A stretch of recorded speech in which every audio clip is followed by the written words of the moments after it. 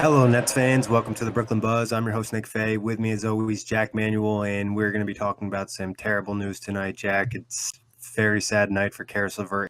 Yeah, Nick, it's a very somber tone, and I think, admittedly so.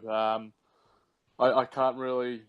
It's been a couple of hours now, and it's still hard to sort of fathom the extent to what happened to Caris. And the wonderful thing that has been happening, though, is the outpouring of love he's received from the NBA community. It shows that there isn't a better place to be. He won't have better support than inside and outside the Brooklyn Nets organization. So, and if there's anyone that's going to get through this, it's our boy. He knows how to get through adversity. Yeah, exactly, Jack. He's been resilient, and we've talked about it. He's gone through a lot to get here, from his Player Tribune article when he was a rookie to all the foot injuries in college.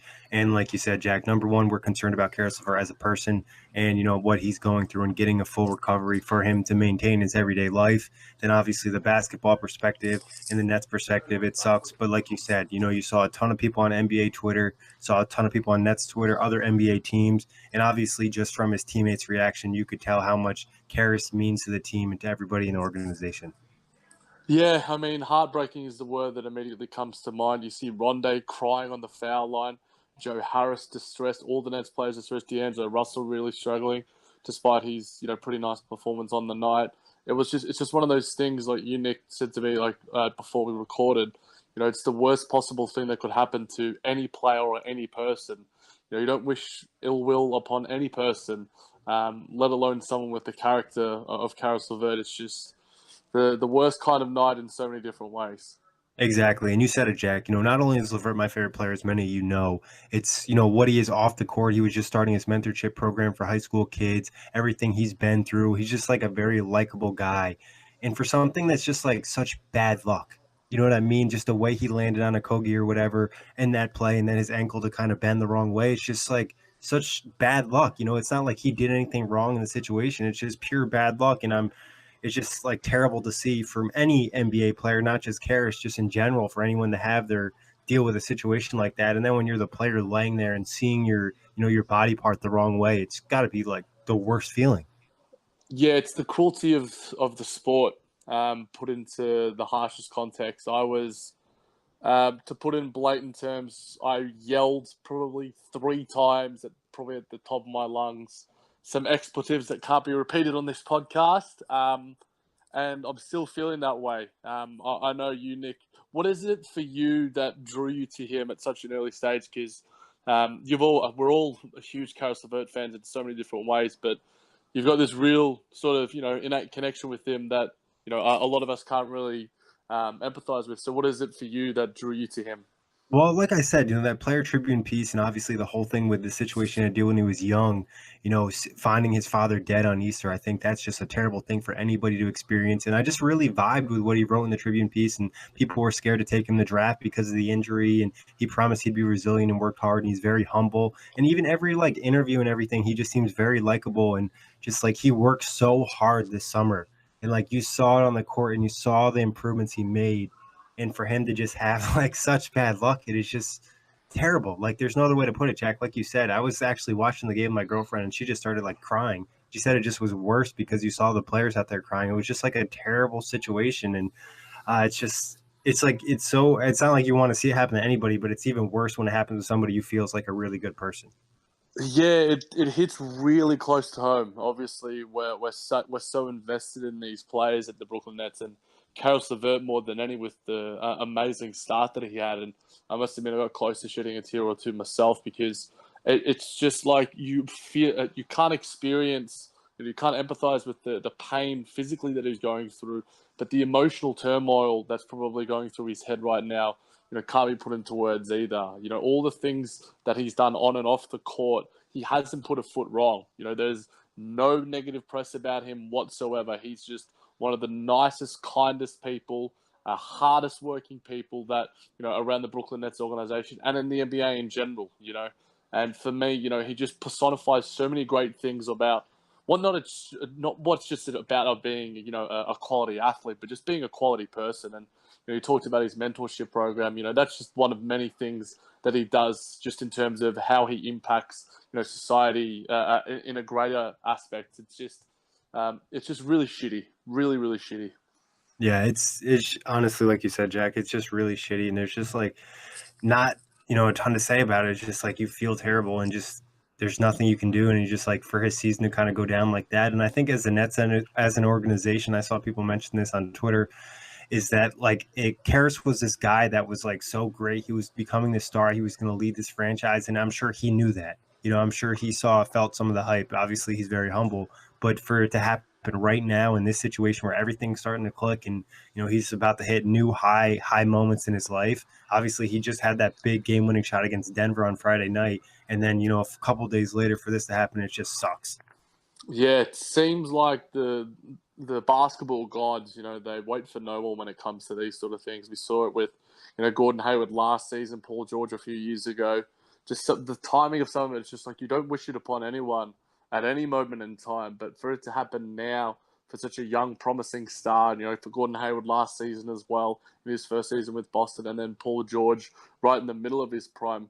At least you can sort of look to those two guys.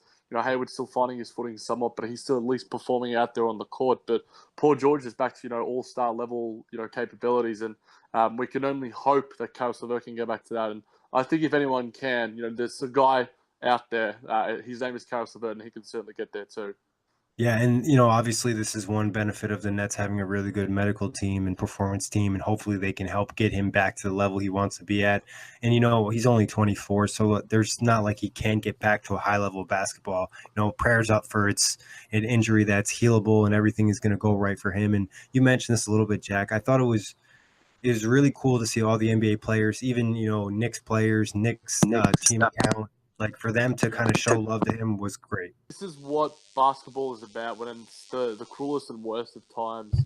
You see the support come at the utmost degree. The Minnesota Timberwolves posted out something as well, and then the Nets account tweeted out brotherhood. I think it partly it hurts so much because we feel invested in ways with this Nets team right now more than maybe any other time since I've been a Nets fan. I know you've been a longer tenured Nets fan than myself, Nick, but this for me right now, coming from a personal perspective, not that it matters, for us as fans. We're obviously thinking about Caris and his family more than anyone, but for us, we just felt this real investment that couldn't really be described into words, and for this to happen to Caris, it's just the worst thing that could have happened, and obviously.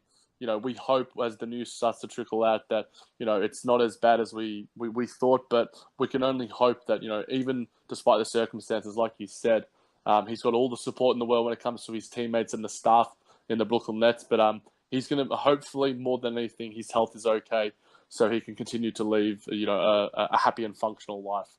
And Jack, I agree with you in the sense that, we're very invested in this team because of how bad they've been the last 2 years and all not having their draft picks. This is Sean Mark's first move getting Caris LeVert. It looks like he hit a home run. He's going to be this guy that's an all-star and with the Nets for, the next 10 seasons or whatever.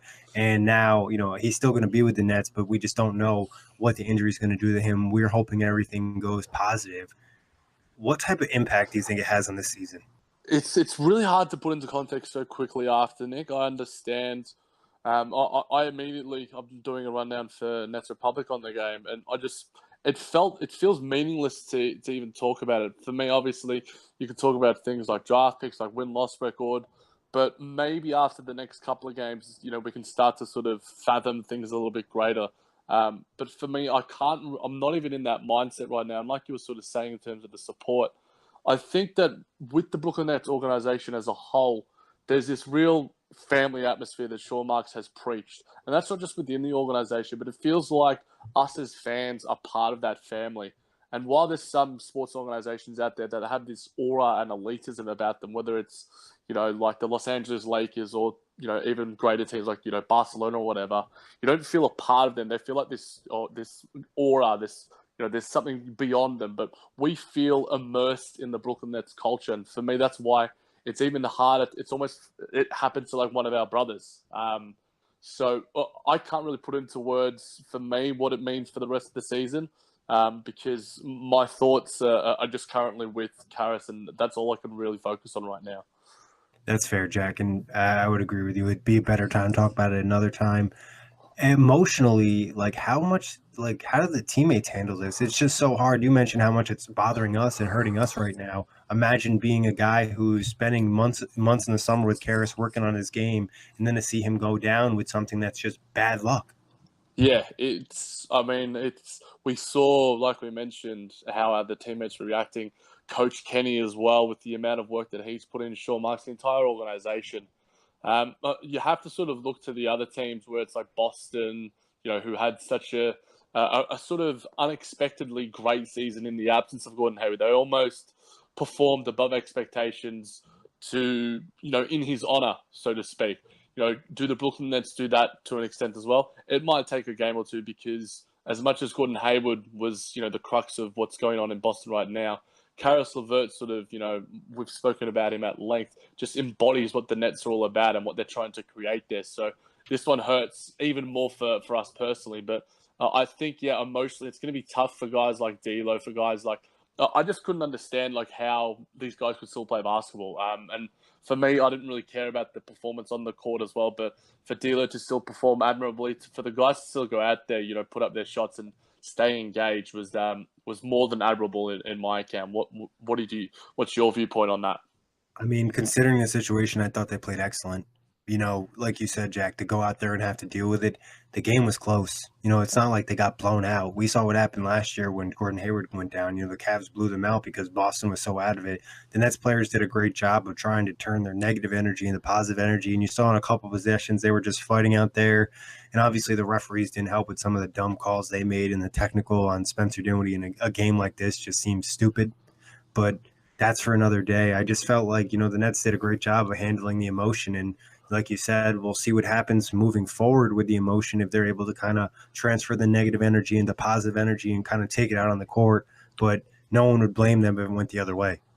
No, not at all. And I think that's the beauty of time. And that's the beauty of this game of basketball. You can choose how you want to react to it. And obviously, there's only so many ways, like you're sort of saying, you can channel such negative energy into positive energy. But, there are plenty of games left in the season. There's Caris LeVert, he's still, he's still here. He's still going to be able to, I think he's still going to have an impact on the organization. Similar to Jeremy Lin a little bit last year, but I think Caris even more so because, he's sort of growing with guys like D'Lo and Rondae. He's sort of, they've formed a brotherhood of sorts. And I think, how we react is going to speak volumes. And I think, it's just showing by this game, it showed the character. And I think that's one thing you can't doubt on the Brooklyn Nets in general, especially this season, is how they go out there and perform based off their character. They always go out there. That's been, a theme since Coach Kenny took over from, many coaches and many opponents have always said that we go out there and play hard. The challenge is to continue doing that in such a tough time, but I don't doubt the fact that Coach Kenny, Sean Marks, and the rest of the organization will get the guys ready. They've got all the leaders around there, and I think we can use this as a way to sort of move us going forward in a positive direction.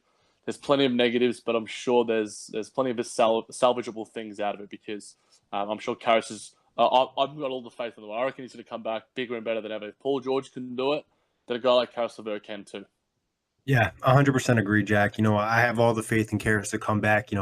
Prayers up for everything is fine and they can do everything completely correct with his recovery. And next thing you know, he's out there opening night next year. And like you said, it's not like his game is limited. It's not like he's done. He's not going to hit a new level. Maybe he might lose a step of athleticism, but there's still plenty of craftiness in his game. And I think there's still plenty of room for him to improve. It sucks. It's a hurdle for Caris, but I think he'll be able to get over this hurdle, come back, and still be a big part of this Nets team moving forward with the future. Definitely. And, age is on his side. He's in the perfect Science situation. is on his side. Science is on his side. He's got everything going for him. And he's within one of the best organizations, like you mentioned, in terms of the medical team, Nick. This team isn't going to take any risks with him, and nor should they, because he's going to be very important to our success as we look to build ourselves into a championship contender. And I think Caris is going to continue to be a big part of that on and off the court. And hopefully, it's just going to be one of those things. It's hard to, I'm proud of you, Nick, for it's almost like your brother has sort of gone down to an extent for us to be recording right now, and for all Nets fans out there. It might be all doom and gloom, but there are positive days ahead for us, and definitely for Caris too. I appreciate that, Jack. And, most of the time a negative happens, a positive comes out of it. And like you said, there's still plenty of bright future for Caris. And like our prayers go with the Nets fans too, are really upset tonight. And number one, Caris is our concern, getting 100% healthy and everything. And honestly, I didn't want to record this podcast, but I already knew we were going to record. And it just felt like it'd be easier to kind of get some of the emotions out about the situation. Yeah, it feels obviously if I was, we were doing this in an analytical standpoint, if we had, say, a Minnesota guy on or something, would have felt a little bit hollow. But I think being able to sort of, vent and have maybe even a few of our listeners, even if it's just one or two, to be able to go, all right, it just feels good hearing someone else feeling the same sort of way. And even, if Caris and people around the Nets organization happen to hear this, I hope that that's a good thing. It can even be an ounce of positive for them, just an ounce of distraction, whatever it might be for people inside and outside the organization. That's what it's all about, because in such a tricky time, you just want things to be just that little bit easier and to have that little bit of distraction every now and then. And for us, we're lucky that we have this platform, this outlet. So I appreciate you jumping on, Nick, listening to me about my thoughts and vice versa. Same to you, Jack. And as always, thank everybody for listening. And if you want to check out any of our other pods, we're a lot more positive. It's on iTunes, Blog Talk Radio, TGBasketball.com, NetsRepublic.com. And, we'll end this as always, a big prayer to Caris LeVert. We're hoping for a 100% recovery and appreciative for all the work he put in and the season he had. He was looking like he was going to be an all-star and probably win Most Improved.